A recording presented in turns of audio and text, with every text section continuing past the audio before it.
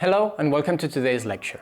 Today we're going to be talking about some of the most relevant works that Mies did in the US, other than the IIT campus, which we dedicated an entire video to last week. Mies kept himself busy with work while he was in the US.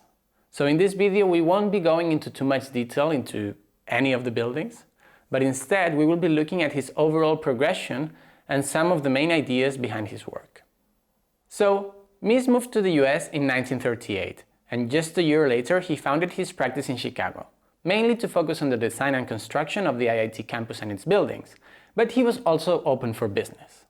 And as soon as the word started spreading, more and more clients started approaching him, to the point where he completed at least one new building every year between 1950 and 1969 when he passed away.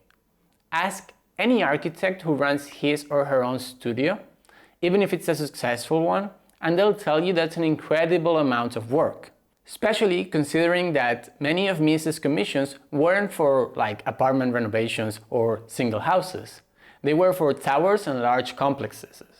Before we start mentioning projects by name, it's important to highlight one significant change in Mies's approach to architecture, which pretty much happened at the same time he left Germany for Chicago. In Germany, Mies' designs were unique pieces of architecture that celebrated the craftsmanship that went into each and every single one of them.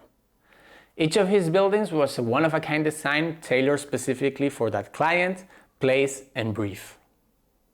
In the US, though, Mies aimed to create designs that could become archetypes of the international style in its own category. The Seagram Building for the office skyscraper, Lakeshore Drive for the residential tower, etc. This shows a clear evolution in his way of understanding architecture and follows his idea of wanting to create a universal architectural language that was objective and could be taught and passed on to future generations of architects. The first commission Mies received was to build a series of residential towers in Chicago, the Promontory Apartments. Even though these buildings don't feature Mies' signature black facade with vertical steel beams, it does take a first step in that direction by moving all the structure to the facade and leaving it exposed. Mies did propose a more daring design made of steel for these buildings, but the Second World War had just ended and steel supply was still low. So he ended up deciding to move forward with the concrete version of his design. Only 3 years later, though, the steel situation had shifted and supply was no longer a problem.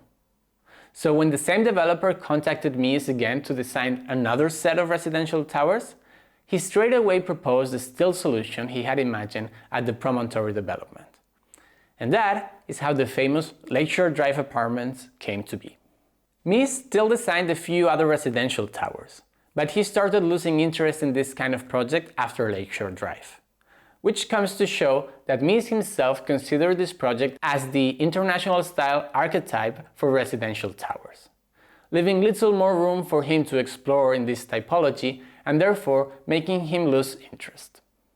During a short period of time between the late 40s and the early 50s, Mies also spent some time perfecting the single house design. In 1950 he finished the Farnsworth House, and in 1952 he designed the 50 by 50 house, which we saw in the previous lecture is considered by many as his contribution to the case study house movement. During that same year, in 1952, he completed the McCormick House, which is a lot less experimental and more livable than the Farnsworth House. Yet still, it follows all Mies' ideals.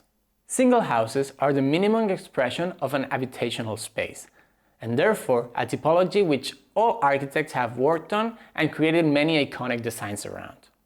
However, Mies considered the high-density city to be the future of societies, and so after he concluded these projects, he didn't work on many more single homes. After Lakeshore Drive, Mies' interest shifted to the office building and the skyscraper. Here, the 157-meter-high Seagram Building in New York City is without a doubt the project to look at. Mies took some of the solutions he used in Lakeshore Drive and took them to a new scale, creating a building which is often considered to be a refined synthesis of the rationalist architecture which Mies had been preaching and one of the most recognizable icons of the international style architecture.